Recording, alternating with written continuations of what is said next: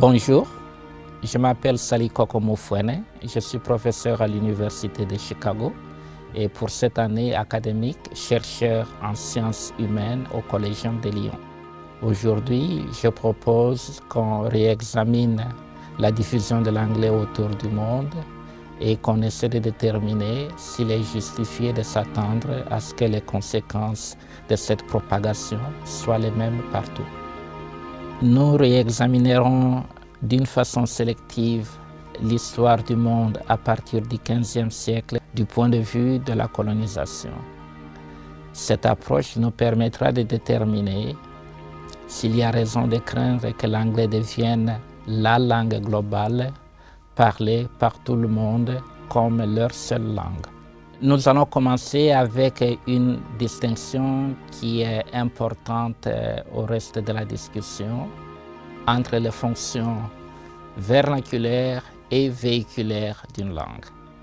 En bref, une langue est utilisée comme vernaculaire lorsqu'elle est parlée au jour le jour et dans des contextes familiers, particulièrement en famille et avec ses proches. Une lingua franca ou une langue véhiculaire est une langue que l'on utilise dans des situations où les interlocuteurs ne partagent pas le même vernaculaire et doivent se servir soit d'un de leurs vernaculaires, soit d'une autre langue d'une tierce partie pour établir la communication entre eux. Ceci se fait particulièrement dans des situations d'échange, la traite, le business, les interactions internationales ou le cercle académique, pour autant qu'on a besoin d'une langue pour établir ce pont. Cette distinction entre fonctions vernaculaires et véhiculaires nous permettra d'expliquer pourquoi l'anglais n'a pas évolué de façon uniforme au cours de sa propagation et comment l'évolution en fait varie d'une colonie à l'autre selon le régime de colonisation. Pour ce qui nous concerne, tout commence au XVe siècle, alors que l'Europe ressort de 7 siècles de domination arabe que nous allons réinterpréter comme une forme de colonisation. L'hypothèse que la Terre est ronde était alors bien acceptée. Il y avait aussi de nouvelles technologies maritimes qui permettaient aux gens de voyager plus rapidement et plus loin. Les Portugais et les Espagnols, alors les seules puissances maritimes européennes, cherchent à contourner les Arabes à la recherche des marchés des épices. Les deux puissances commencent par établir des comptoirs de traite, surtout pour le négoce entre pairs, et puis commencent des colonies de peuplement. Le long de leur route maritime, les Portugais utilisent leur langue comme lingua franca dans leur traite avec les populations locales autour de leur comptoir le long de la côte de l'Afrique, de l'Asie du Sud et du Sud-Est.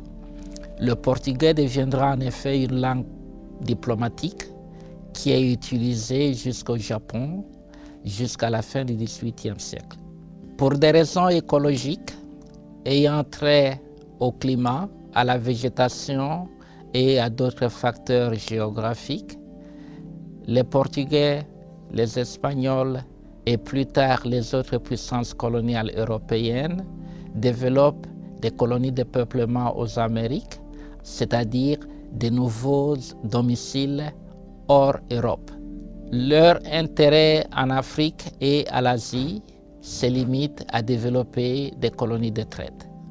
C'est au XVIIe siècle que les Anglais, en même temps que les Français et les Hollandais, s'intéressent à l'entreprise coloniale. Ils vont alors convoiter les colonies portugaises et espagnoles. Commençons avec le Nouveau Monde, où les Anglais vont convoiter des colonies espagnoles, notamment aux Caraïbes et en Amérique du Nord. Quant à l'Afrique et à l'Asie, ils vont convoiter les colonies de traite portugaises où le portugais sert de lingua franca. Dans le cas de l'Amérique du Nord, les Anglais vont désormais établir des colonies de peuplement, notamment en Virginie, en Nouvelle-Angleterre, en Pennsylvanie, dans les Carolines et en Géorgie. Celles-ci vont pérenniser l'occupation anglaise, ce qui va changer la composition démographique de l'Amérique du Nord. Dans ces colonies de peuplement, l'anglais va s'imposer comme vernaculaire aux dépens d'autres langues, notamment des langues européennes, africaines et plus tard des langues amérindiennes. Soulignons cependant que les Européens qui étaient économiquement indépendants étaient parmi les derniers à l'adopter comme vernaculaire. Entre-temps, l'Angleterre et les autres puissances européennes s'intéressent à l'Afrique et de même l'Asie pour développer des comptoirs de négoce qui a déjà pris des dimensions de traite esclavagiste. L'intérêt à l'Afrique et à l'Asie s'intensifie après la Révolution américaine, quand plusieurs anciennes colonies des Amériques réclament l'indépendance, alors que la révolution industrielle augmente le besoin de matières premières. Il devient alors nécessaire pour l'Europe de coloniser l'Afrique et l'Asie sur un autre modèle, celui de la colonisation d'exploitation, c'est-à-dire qu'ils vont contrôler les territoires conquis politiquement, économiquement et même militairement afin de s'assurer le monopole des matières premières dans l'intérêt de la métropole. En 1885, au traité de Berlin, les puissances européennes se partagent l'Afrique et le reste du monde pour la colonisation d'exploitation. On doit faire exception de l'Australie et de la Nouvelle-Zélande qui avaient été colonisées sur le modèle de peuplement par l'Angleterre peu après la Révolution américaine. L'Empire britannique devient alors la puissance coloniale la plus importante du monde, surtout si on tient compte du fait que les Anglais venaient de confisquer une bonne partie de la Nouvelle-France en Amérique du Nord. L'anglais se répand alors automatiquement, devenant le vernaculaire principal dans toutes les colonies de peuplement, donc en Amérique du Nord, aux Caraïbes, en Australie, en Nouvelle-Zélande, sans oublier les îles Falkland ou Malouines. L'anglais devient aussi la lingua franca dont doivent se servir les auxiliaires coloniaux dans les colonies d'exploitation. Il faut souligner que ces auxiliaires ne se servent pas de l'anglais comme vernaculaire et cette différence est importante. Jusqu'ici, nous n'avons pas parlé de pidgin anglais qui commence à émerger au XVIIIe siècle et qui petit à petit remplace le portugais comme langue de négoce. Après tout, les pidgins anglais peuvent être considérés comme de nouvelles variétés d'anglais, semblables aux créoles qui émergent dans les colonies des Caraïbes. Ce que les créoles et les pidgins anglais ont en commun, c'est surtout le fait d'avoir émergé à partir des interactions où l'anglais non standard était d'usage. Une différence importante entre les créoles et les pidgins est que les créoles ont émergé dans des colonies de peuplement où l'économie est basée sur les plantations et où la main-d'œuvre servile non européenne constitue une majorité écrasante, isolée de la population européenne. Ces conditions favorisent la divergence structurelle de l'anglais parmi ces nouveaux locuteurs qui l'ont approprié comme leur vernaculaire. Les pidgins, eux, ont commencé comme lingua franca dans des comptoirs de négoce où les contacts entre les Anglais et les populations locales étaient sporadiques. Mais certains d'entre eux ont évolué jusqu'à devenir des vernaculaires comme au Nigeria, au Cameroun et en Papouasie. Donc, et les pidgins et les créoles pourraient être comptés parmi de nouvelles variétés d'anglais. Après la Seconde Guerre mondiale et l'indépendance des colonies qui en résulte, l'Empire britannique, ou British Empire, devient le British Commonwealth.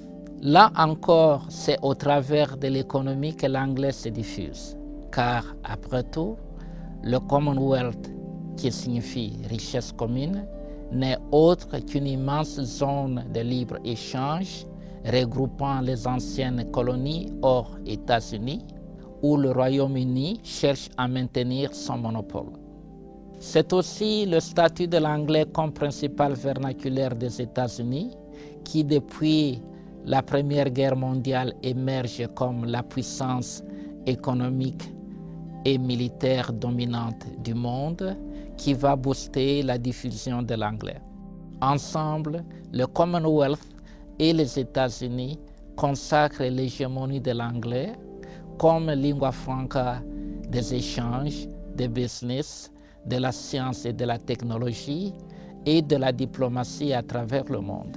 Petit à petit, l'anglais va remplacer le français dans un rôle qu'il a joué depuis le XVIIIe siècle en Europe, dans le cour royal, comme lingua franca de l'élite et de la diplomatie. Mais soulignons que jusqu'au XVIIIe siècle, le portugais fonctionne comme lingua franca de commerce et de la diplomatie, et ce, avant que les Anglais et les Hollandais ne confisquent des colonies portugaises. Alors, doit-on craindre l'émergence d'un anglais mondial, seul vernaculaire, au détriment des langues locales? Pour commencer, la diffusion de l'anglais s'est opérée au détriment de son intégrité structurelle. Ensuite, l'anglais s'est indigénisé, c'est-à-dire il s'est adapté aux écologies de son usage parmi ses nouveaux locuteurs selon leurs habitudes et leurs besoins de communication. Ainsi, quel que soit le mode d'appropriation, le résultat de ce processus est l'émergence de nouvelles variétés d'anglais dans le monde, bien que certaines formes soient considérées moins légitimes que d'autres. Il est donc vrai que l'anglais est devenu le genre de langage universel que le latin était après l'effondrement de l'Empire romain d'Occident. Cependant, tout comme le latin, son évolution n'est pas dans la direction d'une langue globale uniforme. Cela est dû à la variation dans les écologies de son appropriation et de son usage. Ainsi, plutôt que de conduire le monde vers un monolinguisme, l'évolution différentielle de l'anglais semble substituer une nouvelle forme de diversité linguistique à la place d'une autre plus ancienne.